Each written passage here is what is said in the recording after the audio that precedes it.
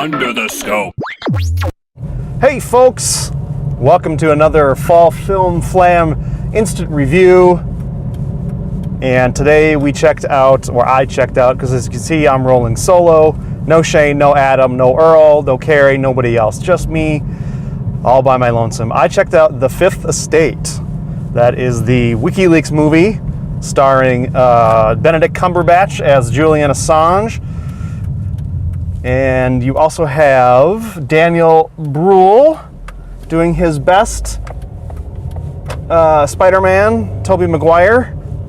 Not really performing like him, but he looks an awful lot like him in this movie. As his partner, Daniel Byrne. Directed by Bill Condon, and that's who is involved. There's a bunch of other people too. You might notice, you might recognize Matthew Crawley from Downton Abbey. You might recognize the new Doctor, Peter Capaldi. He's also in this. They play part of the UK, the Guardian newspaper staff. But anyway, this film, as I said, is about WikiLeaks and the kind of the story of how it became to be and its role in leaking information to newspapers in the world. Story starts out basically in 2010 with the release of the Afghanistan stuff from Daniel Manning, and from there we sort of flash back to 2007 and kind of the birth of WikiLeaks and the I guess basically you get your Julian Assange sort of origin story, or at least the story that he's crafted for himself. And then it goes on from there, and I won't get too much into the story, but suffice it to say there's an awful lot of leaking going on. So what do we think about this movie? It's okay. It's got some trouble, and I'm going to enumerate some of the problems with the film. Number one, it sort of plays for the bulk of its running time as sort of just like a WikiLeaks highlight reel. They don't spend a lot of time on any specific leaks or stories until later in the film. So it sort of feels a little bit like it's like a History Channel docudrama. There's a lot of montage, some heated conversations, but it seems to be like a lot of rah-rah community building.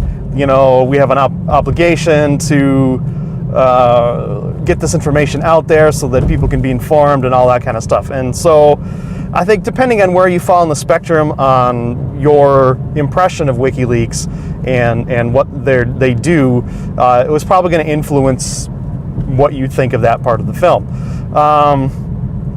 And then eventually in the third act, we finally get to back to the point where they've the Guardian and Der Spiegel and the New York Times release the first Afghanistan war logs, and sort of WikiLeaks is then put on the map. And then we kind of progress from there.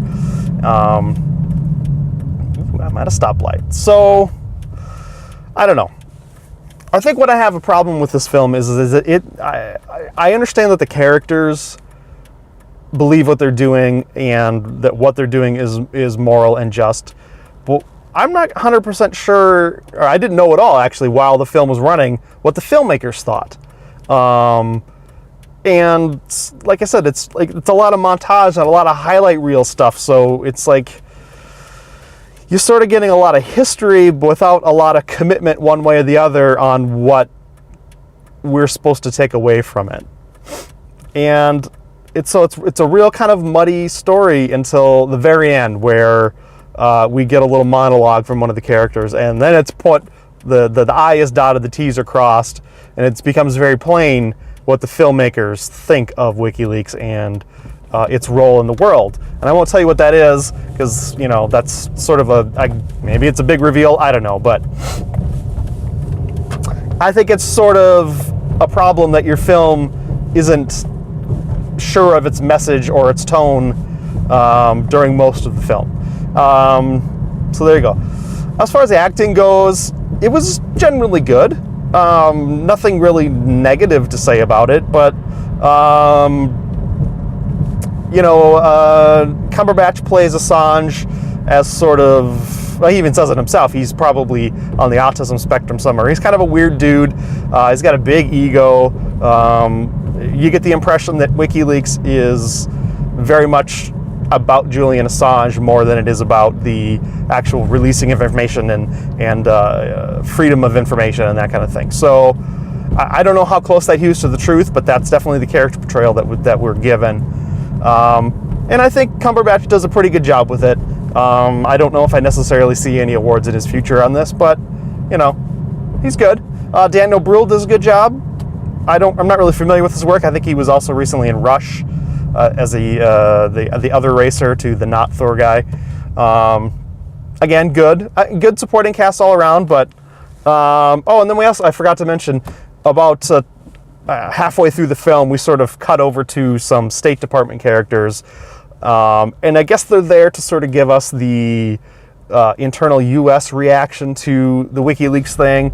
But their characters are not, and they're played by Laura Linney and Stanley Tucci. Their characters are not fleshed out at all.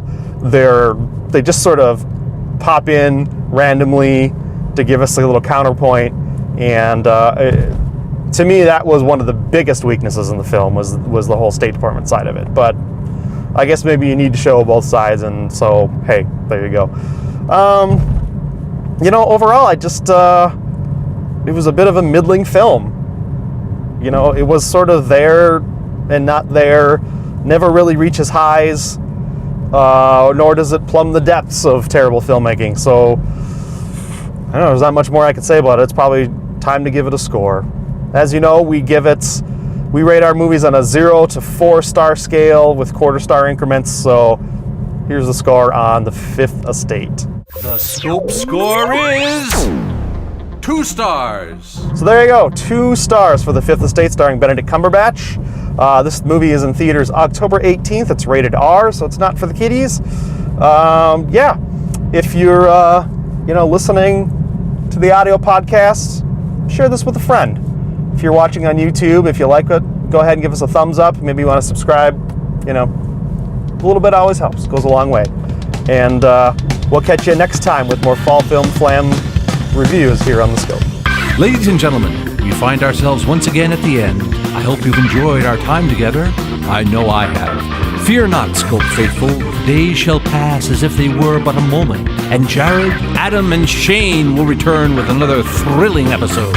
Until then, send your comments to comments@thescopeshow.com or leave a voicemail message by dialing 612-21-SCOPE. That's 612-217-2673. Thanks for listening, faithful fans. This is Tony Partington saying arrivederci. Tune in next time to another terrific edition of The Scope.